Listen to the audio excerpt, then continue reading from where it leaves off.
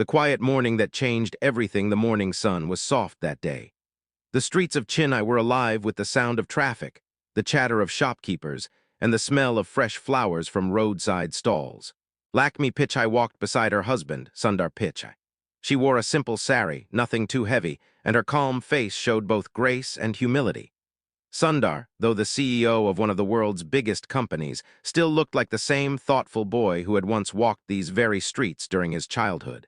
They had come back to India for a short visit, not for business meetings or conferences, but to spend some quiet days with family. Sundar wanted Lakhmi to enjoy those small moments again, the kind of moments that made life meaningful, buying sweets from a local vendor, smelling fresh jasmine, walking hand in hand without the rush of cameras or interviews. They wanted to feel human, away from all the attention. As they walked, Lakhmi noticed a gold shop at the corner. The signboard shone under the morning sun, and she stopped for a moment. "Sundar," she said softly, "let's just look inside. I don't want to buy much just to see the designs. It reminds me of when my mother used to take me to such shops." Sundar smiled gently. He knew she never cared for luxury, but sometimes a simple memory carried more value than all the wealth in the world. "Of course," he replied. "Let's go in." The shop door opened with a chime, and the couple stepped inside. Behind the counters, staff members were busy arranging ornaments. Gold bangles glittered, necklaces sparkled, and earrings hung like drops of light. A few other customers browsed the counters, their eyes fixed on pieces that seemed far beyond ordinary life. But the warmth of the shop ended quickly.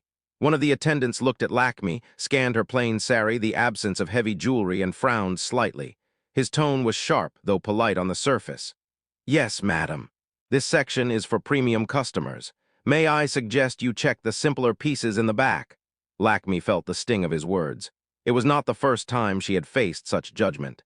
She glanced at Sundar, hoping he had not noticed, but his eyes had already narrowed slightly.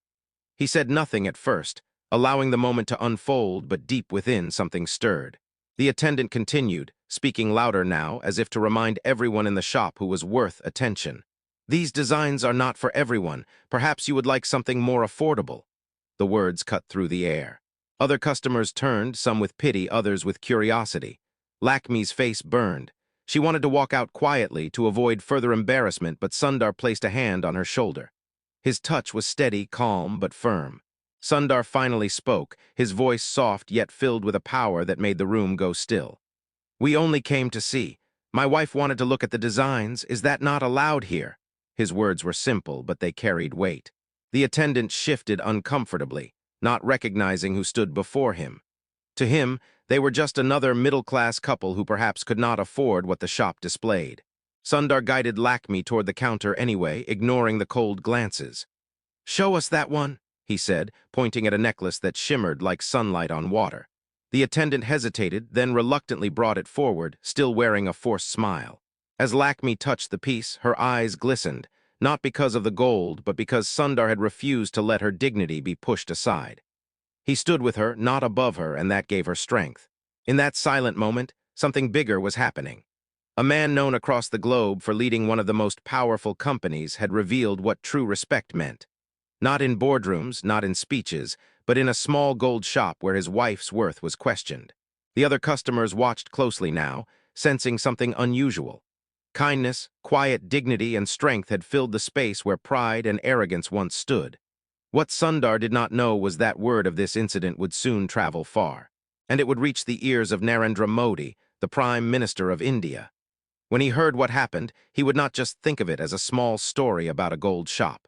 He would think of it as a lesson, a mirror showing how society treats people based on appearances and how true greatness is shown through humility and respect. But for now, inside that shop, Lakhmi looked at Sundar with gratitude. Her eyes said what words could not, that his quiet defense had meant more than all the gold in the world. And Sundar, with a soft smile, only tightened his hold on her hand, reminding her silently, "No matter where life takes us, respect and kindness will always shine brighter than any jewel." Whispers that reached farther than expected. The shop door closed softly behind Sundar and Lakhmi. But the echo of what had happened inside did not stay locked within those walls. As they walked back into the busy street, the air around them felt different.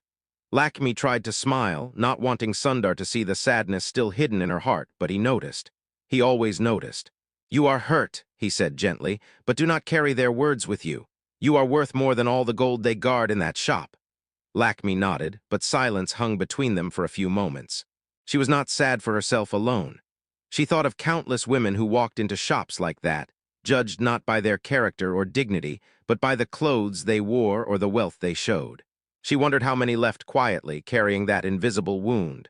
Sundar understood what she was thinking. He squeezed her hand again and whispered, "One day, even such small places must learn what real value means." Unseen by them, a young man who had been in the shop had followed them out. He was a student, holding a simple notebook in his hand. He had been watching closely when the attendant dismissed Lakhmi, and he had felt anger rise inside him. When Sundar stood up for her with calm words instead of pride, the young man felt something shift in his heart. He recognized Sundar only after they stepped outside. His eyes widened as realization struck. This was Sundar Pichai, the man who led Google, the man spoken of with respect across the world. And yet here he was, defending his wife with quiet strength, not with fame or money. The student returned to his hostel and wrote about what he saw. He described the moment in detail, the way Sundar's voice carried power without raising itself, and the way Lakhmi's dignity shone brighter than any jewel. He shared it with a few friends, and soon, like whispers carried by the wind, the story began to travel. By evening, the incident was being spoken about in tea stalls, classrooms, and even small offices across the city.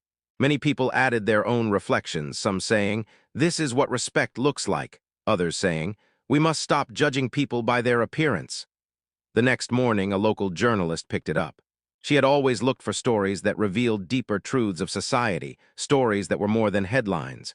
When she heard about Sundar and Lakhmi's experience, she wrote an article that reached thousands. She titled it simply, "Dignity is the Real Jewel." She did not focus on Sundar's status as CEO. Instead, she wrote about a husband's quiet stand for his wife, about the everyday lesson that even the most ordinary people deserved respect. By now, Sundar and Lakhmi were back at their family home, unaware of how their small encounter had grown into a wave. In the house, Sundar's mother prepared tea, asking them about their walk. Lakhmi smiled softly and said nothing of the shop, but Sundar's eyes betrayed the thoughts that still stirred inside him. "Amma," he said quietly, "why do people still measure respect by wealth? Why does a sari or a piece of jewelry decide how someone is treated?" His mother looked at him with wisdom in her eyes. "My son, it has always been this way, but change begins when someone chooses to stand differently. Maybe you were meant to remind them." Sundar sat in silence, reflecting on her words. Perhaps his role in this incident was not finished yet. 2 days later, the story reached Delhi. A close aide of the Prime Minister came across the article while scrolling through news updates. He read it carefully, then shared it with Narendra Modi himself. Modi, though often surrounded by political reports and global issues, paused when he read those simple words. Dignity is the real jewel. He read the article twice, then leaned back in his chair. He thought of the millions of citizens he represented, many of whom faced judgment and mistreatment because of appearances or status. He thought of the weight carried by those silent wounds. For a long time, Modi remained quiet, his mind deep in thought. Here was Sundar Pichai, a man of great success, reminding everyone through action, not a speech, that respect was not about power or position. Modi wondered how many times he had seen people in villages, towns, and cities treated the same way Lakhmi was treated in that shop. And he asked himself, had he done enough to change it? Meanwhile in Chennai, Sundar finally spoke of the incident to his close friend during an evening walk. He told it without anger but with calm reflection. "It is not about me," Sundar said. "It is about how we as people must see beyond clothes and wealth. If we fail to see dignity in another person, then what is all our progress worth?" His friend nodded, deeply moved. Lakhmi listened quietly from the balcony, her heart heavy but also grateful. She had felt humiliation in that shop, yes, but now she also felt something greater, the beginning of a conversation that could spread farther than she had ever imagined. What started as a small wound could grow into a lesson for many, and in her heart she hoped that maybe even leaders would think about it. What none of them knew yet was that Narendra Modi was preparing to meet Sundar soon, and this story would become the heart of their conversation. It would not just be about technology or progress or global status. It would be about the deepest values of human life, respect, humility, and kindness. When silence turned into reflection. The morning air in Delhi was sharp, the sky clear and pale. Narendra Modi sat in his office, holding the newspaper that carried the story of Sundar and Lakhmi. Though he had read countless reports in his life, something about this one refused to leave his mind. He looked at the headline again, "Dignity is the real jewel," and then folded the paper slowly, placing it on the desk before him. It was not just a story of a gold shop. It was a mirror showing how society still judged people by what they wore or how much they carried in their wallets. For a long moment, he leaned back in his chair, eyes closed. Memories from his own life rose within him. He remembered being a young boy working at his father's tea stall, serving cups to customers who sometimes looked at him with kindness, but often with indifference, as if he were invisible. He remembered how words could wound, how tone could strip dignity away faster than anything else. He thought of those moments and realized how close they felt to Lakhmi's experience in that shop. Modi whispered to himself, "Respect cannot be bought, but it can be denied." He opened his eyes again, sharper now, clearer. He called one of his aides and asked, "When is Sundar Pichai next visiting Delhi?" The aide, surprised, replied that Sundar was scheduled to meet him in a few days to discuss technology initiatives. Modi nodded silently. He knew their conversation would go far beyond technology. Back in Chennai, Sundar sat in the courtyard of his family home with Lakhmi. The evening was calm, the sound of crickets filling the air. He held a cup of tea in his hands, but his thoughts were far away. Lakhmi looked at him carefully. "You are still thinking about the shop," she said softly. Sundar smiled faintly. "Yes, but not for us. I am thinking of how often this happens to others. People with less voice, less power. People who cannot answer back." He paused, then added, "If dignity is lost in small places, then dignity is lost everywhere." Lakhmi placed her hand over his. "Sometimes one moment, one small act, can open the eyes of many," she said. Sundar nodded, but in his heart he knew the story was already out of his hands. It had grown beyond their private pain. It had entered the hearts of strangers, leaders, and ordinary people alike. The next morning, Sundar received a message. It was an official note from Delhi, confirming his upcoming meeting with Narendra Modi. Though it was scheduled as a technology discussion, Sundar felt something different this time. He sensed that the Prime Minister would bring up the story. He wondered what words could be said between them, what lessons might be drawn. While Sundar prepared for the trip, whispers of the story continued to spread. In schools, teachers used it as an example to explain respect to their students. In small towns, families spoke of it at dinner, mothers telling children, "Never judge someone by their clothes." In offices, workers quietly admired Sundar for not reacting with anger, but with calm dignity. And in the gold shop itself, the staff felt the sting of shame. The manager, realizing what had happened, warned his attendants never to treat customers that way again. But the lesson had already gone far beyond the walls of the shop.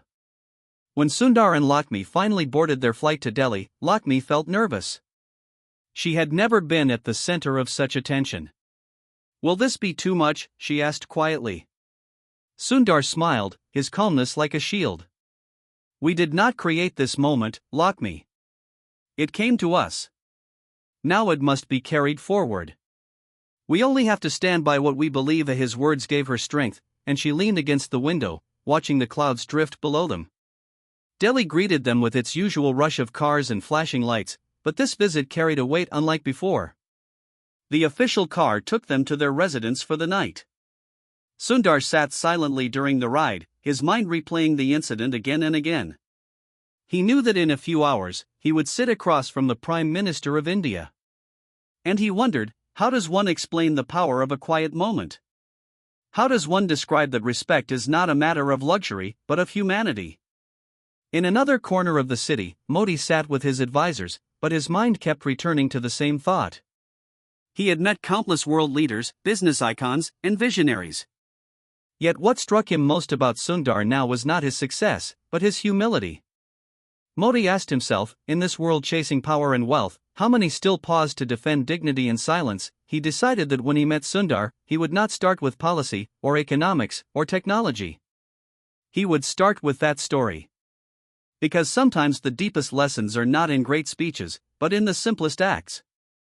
The stage was being set for a meeting that would hold more than official purpose. It would be a meeting where one man's quiet stand for his wife would become a reflection on the values of an entire nation.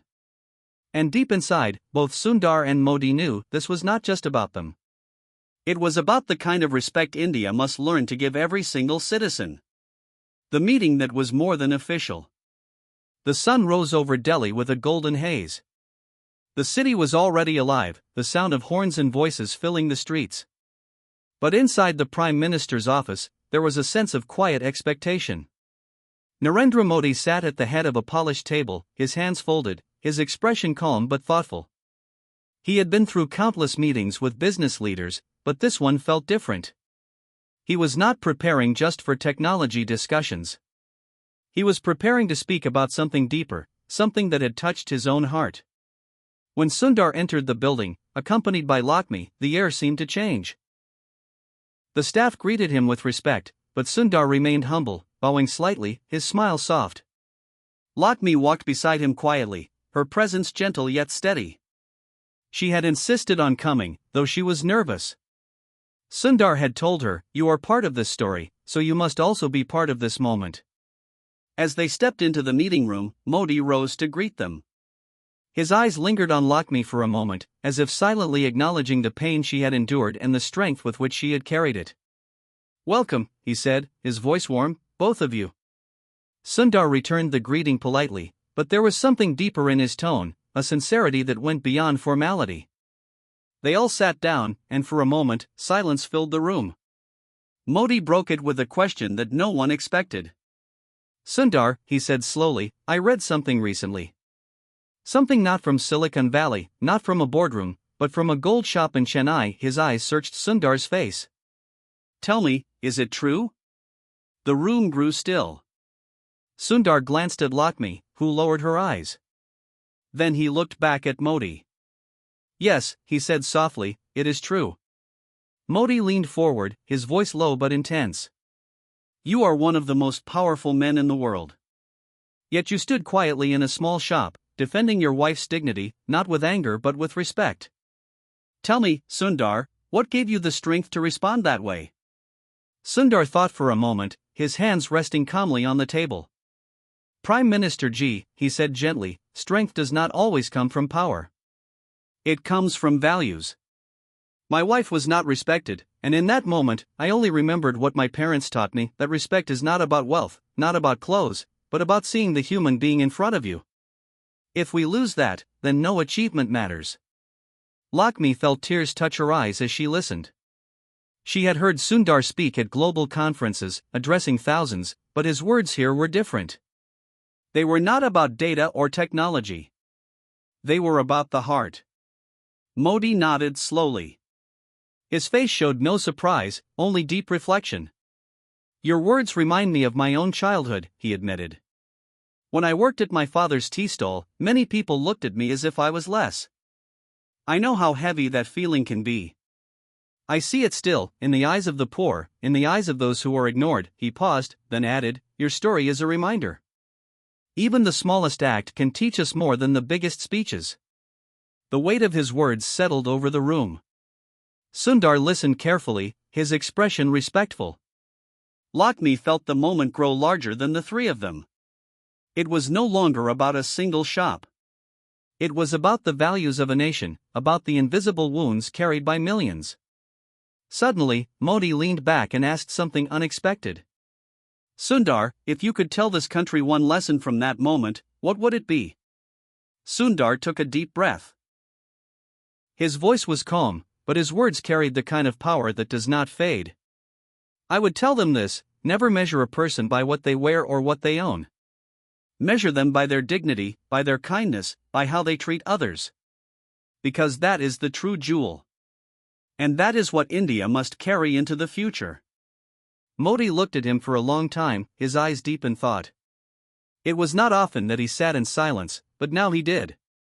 And in that silence, the truth of Sundar's words seemed to echo louder than any speech in parliament. Lakhmi finally spoke, her voice soft but steady. "I did not expect that small shop moment to reach here. But maybe it happened for a reason. Maybe it was meant to show that change begins not in big places, but in the smallest ones." Her words touched Modi deeply. He gave a rare smile, one that showed both respect and humility. "You are right," he said gently. "Perhaps this story was meant to remind all of us." The meeting went on, but the heart of it was already decided. It was no longer just about technology. It was about humanity. And as Sundar and Lakhmi left the office that day, Modi remained seated, lost in thought, realizing that sometimes the lessons a nation needs come not from policies, but from simple acts of respect.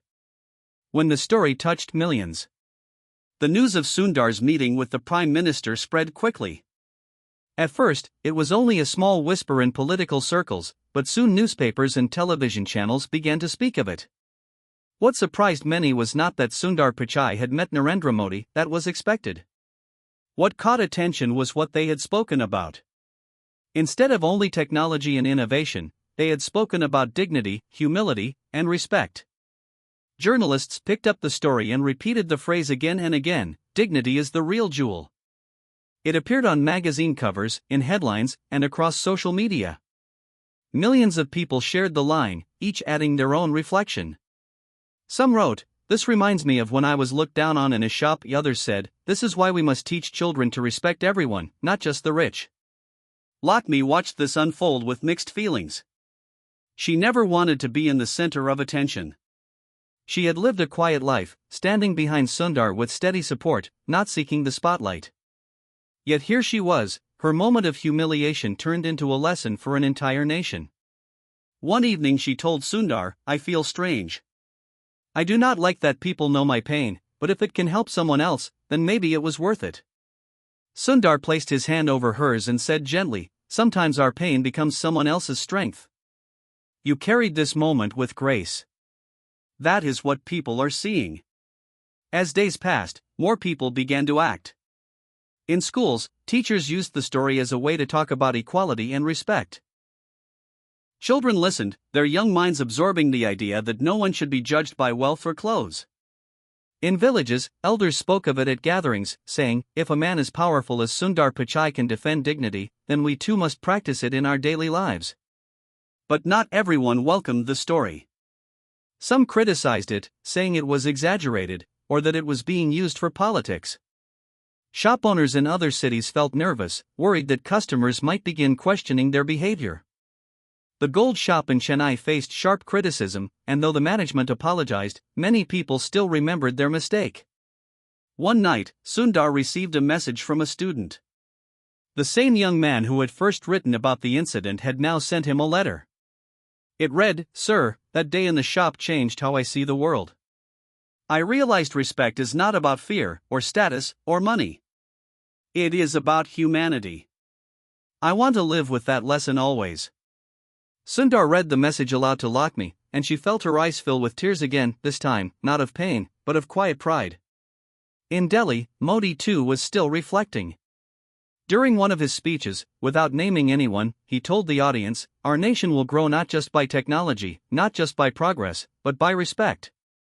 If we cannot respect the dignity of our people, then our success will remain incomplete." The crowd listened, many sensing the hidden story behind his words. But the true twist came a week later. Sundar was invited to speak at a large event in Delhi, attended by business leaders, students, and government officials. He was expected to speak about technology and the future of India's digital growth.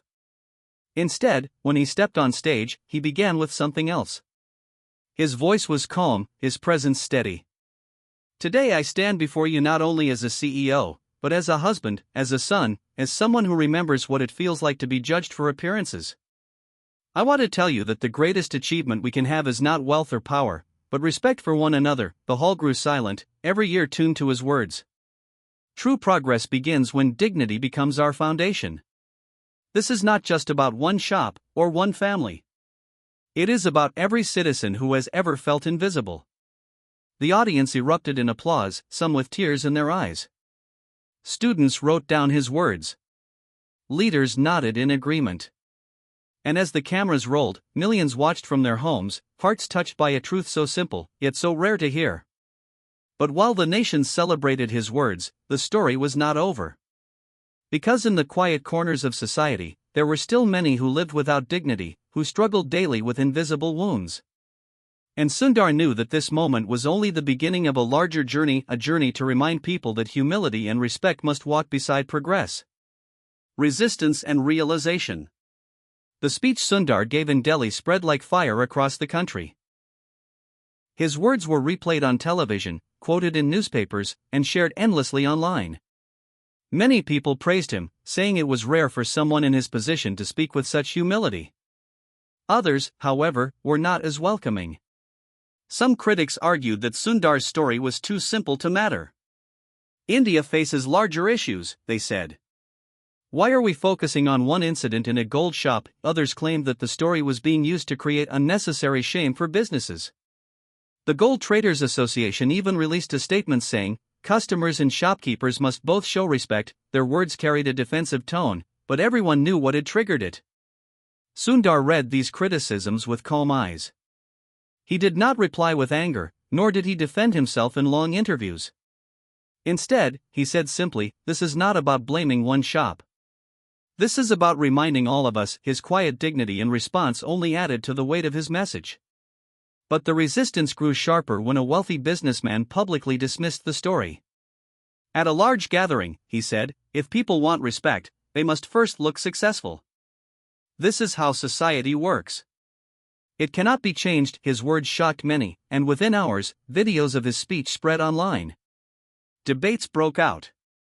Some agreed with him, saying the world always respected wealth. Others fiercely opposed him, pointing to Sundar's example as proof that respect must go beyond appearances. Lakhmi felt unsettled by this. She had carried the pain of her experience quietly, but now seeing it turned into arguments and debates made her uneasy. One night, she sat with Sundar on the balcony of their Delhi residence. "I do not like this fight," she said softly. "I never wanted attention. I only wanted that moment to be forgotten. But now it has become so big. Is it worth all this noise?" Sundar looked at her with gentle eyes. "I know, Lakhmi. But sometimes change comes with resistance. Truth always shakes the world first, before it settles into people's hearts. This is not noise, it is a sign that people are thinking. And that is how change begins." His words gave her comfort, but she still worried. However, the very next day something happened that reminded her why this story mattered. A letter arrived from a schoolteacher in a small village. The letter said, "Madam Lakhmi, I want to thank you. Yesterday, one of my students came to school wearing old clothes. Other children began to laugh at him. I stopped them and told them about your story." The class fell silent. The boy smiled again. For the first time, he lifted his head high. "You have changed his life." As Lakhmi read those words, her heart filled with tears. The pain she once carried now felt like a seed that had grown into hope. She whispered, "Then maybe it was worth it after all." Meanwhile, Narendra Modi continued to reflect on the story. During a cabinet discussion, he said, "We speak of development and growth, but let us not forget the human spirit. Dignity is not a small matter, it is the foundation of trust between citizens." His ministers listened carefully, realizing that something as small as a gold shop moment had entered the nation's highest conversations. But even as the message spread, challenges remained. Not every heart was ready to change. In some cities, poor workers were still treated harshly, ignored, or dismissed. The reality of society could not shift overnight. Sundar knew this well, yet he also knew that every story planted a seed. And once planted, a seed could not be removed. It could only grow. The turning point came when a group of young students organized a campaign called Respect First. They visited shops, schools, and workplaces, sharing Sundar and Lakhmi's story, reminding people to treat everyone equally. Their campaign began small, but soon gained attention. More young people joined, carrying placards that read, "Dignity is the real jewel." Their movement spread across social media, giving strength to the message. Watching this unfold, Lakhmi finally smiled with quiet peace. She told Sundar, "What happened to me that day may have been painful, but if it gives strength to even one child, one woman, or one man, then I accept it." Sundar placed his hand on hers and said, "You have given the world a lesson without even speaking. Your silence spoke louder than words." But the story was not ending yet. Because soon, a new invitation arrived, this time from an international stage.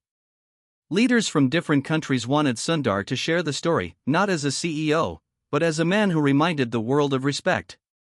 And as he prepared for that journey, both Sundar and Lakhmi realized that what began as a small wound in a gold shop had grown into a voice that could reach the entire world. When the world listened. The evening air in New York was cool, the city lights glowing like stars on Earth. Sundar stood backstage at an international summit where world leaders, thinkers, and students had gathered.